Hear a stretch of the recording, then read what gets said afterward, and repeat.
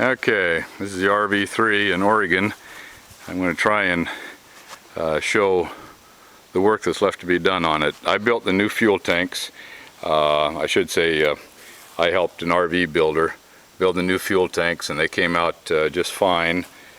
Pressure tested the first time. 100% no problem on the fuel tanks. But as you can see, they've not been drilled. The flanges are completely undrilled because they have not been fitted to the wings. I grabbed a rudder and elevator here for a flap for a little representation of the workmanship. I'm not sure how well it's going to show, but I also have close-up pictures. But there's really nothing wrong with the riveting. It's all pretty decent and clean.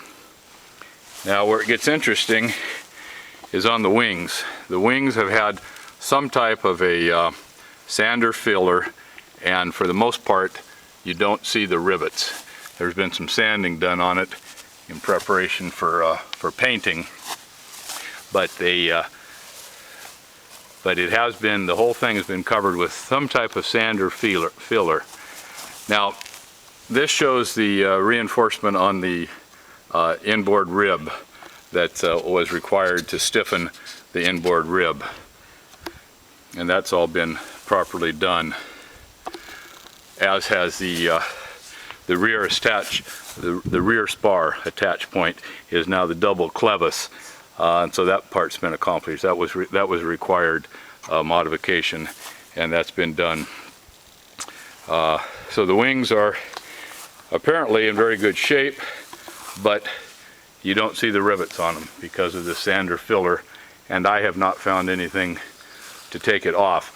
The rivets, the fasteners don't show on the fiberglass wing extension, and whatever material he was using has cracked out in a couple places, so that needs to be repaired. Now we'll go to the airplane. The wheel pants are new. They're drilled, but they have never been used. It's apparent that they're brand new. This plane has an unusual feature. It has what I believe is approximately 10 to 12 gallon auxiliary tank that sits in the cowl. So besides the wing tanks, you have this cowl tank, and the engine actually runs off the cowl. You pump up to the cowl tank and run off of it. It has a sliding canopy, which is I would say is in quite good condition. It's not perfect, but the minor scratches should be able to be polished out. There's nothing major wrong with it. No cracks at all on the canopy. Now the tail has the rivets exposed. I'm not sure how well that's going to show in this, but the rivets are perfectly acceptable in all the tail feathers. But on the fuselage is completely smooth. There's no rivets to be seen on it. I guess we'll slide that canopy back and get a little bit of the panel. The panel is just as basic as can be.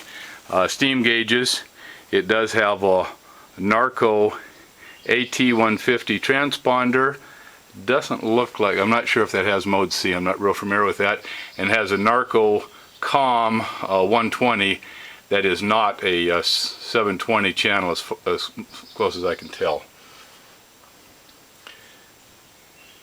Not a very attractive panel, just flat black, and then everything inside there is also painted the flat black. Not very attractive. It does have decent upholstery, such as it is the seat back and the seat bottom.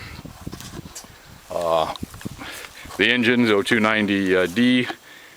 I'll include specs on the when I put the email together. It has a beautiful pace setter prop, which is I'm not sure it's ever flown on this plane. It was recently purchased. The fellow I bought it from bought the new prop and the wheel pants and quite a few different things. The cowling is in very good condition. It has some minor, I'm not sure if that little crack is going to show. It has some minor little fiberglass issues, but very minor. The cowl work seems to be very good, but the cheek extensions are a mess. Somebody that knows how to do fiberglass has got some work to do on the cheek extension.